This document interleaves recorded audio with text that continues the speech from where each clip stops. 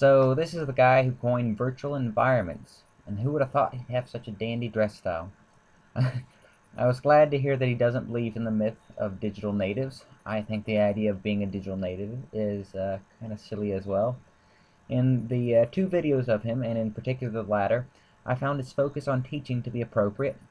His quote of his little girl being mortified on her first day of school that they made her sit in class where she can't get up in class and with the bells, and how she didn't like it. That makes a lot of sense, and I'll talk about that a little bit later.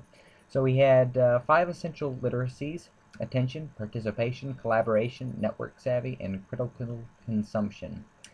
And I think it's a great way to apply them, and in truth, being good with the computer involves understanding these five essential literacies, and it makes sense that children should understand the web and disseminate knowledge from the web using these five essential literacies.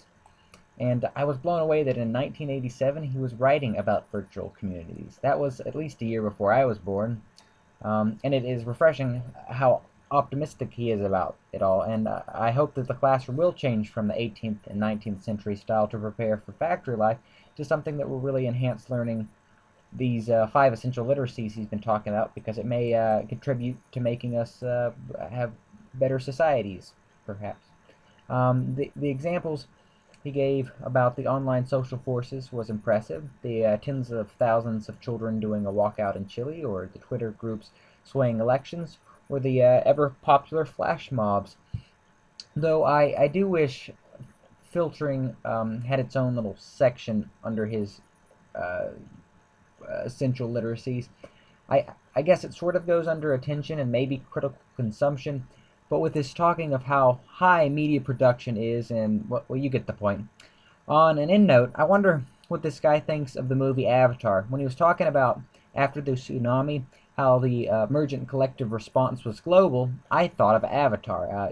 Because, in Avatar, all the life on the planet had a kind of neural network connecting them, and so the tree of whatever was able to, and I just want to know what the guy sort of thought about that, and if it was metaphorical. I don't know.